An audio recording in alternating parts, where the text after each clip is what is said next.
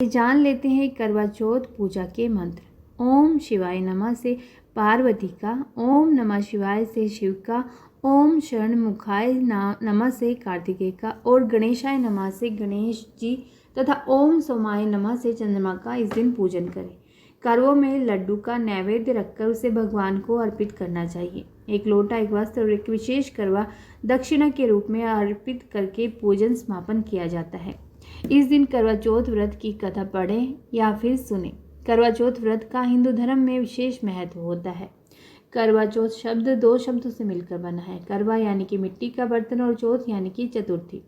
इस त्योहार पर मिट्टी के बर्तन यानी करवे का विशेष महत्व माना गया है। इस दिन सुहागिन महिलाएं अपने पति की लंबी आयु और सुखी जीवन के लिए व्रत रखती हैं। यह व्रत सुहागिन महिलाओं के लिए सबसे अहम व्रत माना जाता है। करवा चौथ के दिन महिलाएं बड़े ही श्रद्धा भाव से शिव पार्वती की पूजा करती हैं। इस दिन व्रत में शिव पार्वती, कार्तिकेय, गणेश जी के साथ चांद की भी पूजा की जाती है। करवा चौथ का त्योहार पति पत्नी के मजबूत रिश्ते, प्यार और विश्वास का प्रतीक है। बहुत सी प्राचीन कथाओं के अनुसार करवा चौथ की परंपरा देवताओं के समय से चली आ रही है। माना जाता है कि एक बार देवताओं और दानवों में युद्ध शुरू हो गया और उस युद्ध में देवताओं की हार हो रही थी। ऐसे में देवता ब्रह्मदेव के पास गए और रक्षा की प्रार्थना की। ब्रह्मदेव ने कहा कि इस संकट से बचने के लिए सभी देवताओं की पत्नियों को अपने अपने पतियों के लिए व्रत रखना चाहिए और सच्चे हृदय से उनकी विजय के लिए प्रार्थना करनी चाहिए। ब्रह्मदेव ने यह वचन दिया कि ऐसा कहने पर निश्चित ही इस युद्ध में देवताओं की जीत होगी। ब्रह्मदेव के इस सुझाव को सभी देवताओं और उनकी पत्नियों ने खुशी खुशी स्वीकार किया। ब्रह्मदेव के कहे अनुसार कार्तिक मास की चतुर्थी के दिन सभी देवताओं की पत्नियों ने व्रत रखा और अपने पतियों यानी कि देवताओं की विजय के लिए प्रार्थना की। उनकी यह प्रार्थना स्वीकार हुई और युद्ध में देवताओं की जीत हुई। इस खुशखबरी को सुनकर सभी देव पत्नियों ने अपना व्रत खोला और खाना खाया। उस समय आकाश में चांद भी निकल आया था। माना जाता है कि इसी दिन से करवा चौथ के व्रत की परंपरा शुरू हुई है। आइए सुन लेते हैं करवा चौथ की कथा। बहुत समय पहले की बात है। एक साहूकार के 7 बेटे और उनकी एक बहन करवा थी। सभी 7 भाई अपनी बहन से बहुत प्रेम करते थे, यहाँ तक कि वे पहले उसे खाना खिलाते और बाद में स्वयं खाते थे। एक बार उनकी बहन ससुराल से मायके आई हुई थी। शाम को भाई जब अपना व्यापार व्यवसाय बंद कर घर आया तो देखा उसकी बहन बहुत व्याकुल थी। सभी भाई खाना खाने बैठे और अपनी बहन से भी खाने का आग्रह करने लगे, लेकिन बहन ने बताया कि उसका आज करवा चौथ का निर्जल व्रत है और वह खाना सिर्फ चंद्रमा को देखकर, उसे अर्घ देकर ही खा सकती है। क्योंकि चंद्रमा अभी तक नहीं निकला है, इसीलिए वह भूख प्यास से व्याकुल हो उठी है।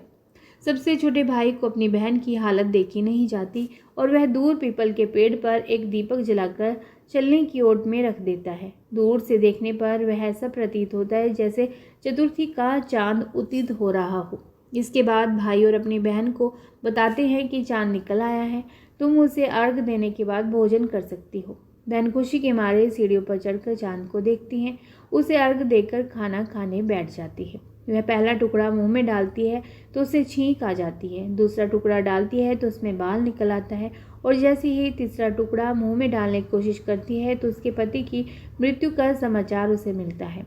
वह बौखला जाती है। उसकी भाभी उसे सच्चाई से अवगत कराती है कि उसके साथ ऐसा क्यों हुआ। करवा चौथ का व्रत गलत तरीके से टूटने के कारण देवता उससे नाराज हो गए हैं और उन्होंने ऐसा किया है। सच्चाई जानने के बाद करवा निश्चय करती है कि वह अपने पति का अंतिम संस्कार नहीं होने देगी और अपने अस्तित्व से उन्हें पुनर्जीवन दिलाकर रहेगी। वह पूरे 1 साल तक अपने पति के शव के पास बैठी रहती है, उसकी देखभाल करती है, उसके ऊपर उगने वाली सुई नुमा घास को वह इकट्ठा करती जाती है। 1 साल बाद फिर करवा चौथ का दिन आता है। उसकी सभी भाभियां करवा चौथ का व्रत रखती हैं। जब भाभियां उससे आशीर्वाद लेने आती हैं तो वह प्रत्येक भाभी से यम सुई ले लो, पिए सुई दे दो, मुझे भी अपनी जैसी सुहागिन बना दो, ऐसा आग्रह करती है। लेकिन हर बार भाभी उसे अगली भाभी से आग्रह करने का कहकर चली जाती है। इस प्रकार जब 6ठे नंबर की भाभी आती है तो करवा उससे भी यह बात दोहराती है। यह भाभी उसे बताती है कि चूंकि सबसे छोटे भाई की वजह से उसका व्रत टूटा था, अतः उसकी पत्नी में ही शक्ति है कि वह तुम्हारे पति को दोबारा जीवित कर सकती है। इसीलिए जब वह आए तो तुम उसे पकड़ लेना और जब तक वह तुम्हारे पति को जिंदा न कर दे उसे नहीं छोड़ना। ऐसा कहकर वह चली जाती है। सबसे अंत में छोटी भाभी आती है। करवा उनसे भी सुहागिन बनने का आग्रह करती है, लेकिन वह टाल मटोली करने लगती है। इसे देख करवा उन्हें जोर से पकड़ लेती है और अपने सुहाग को जिंदा करने के लिए कहती है। भाभी उसे छुड़ाने के लिए नोचती है, खसोटती है, लेकिन करवा नहीं छोड़ती। अंत में उसकी तपस्या को देख भाभी पसीज जाती है और अपनी छोटी उंगली को चीरकर उसमें से अमृत उसके पति के मुंह में डाल देती है। करवा का पति तुरंत श्री गणेश कहता हुआ उठ बैठता है। इस प्रकार प्रभु कृपा से उसकी छोटी भाभी के माध्यम से करवा को अपना सुहाग वापस मिल जाता है।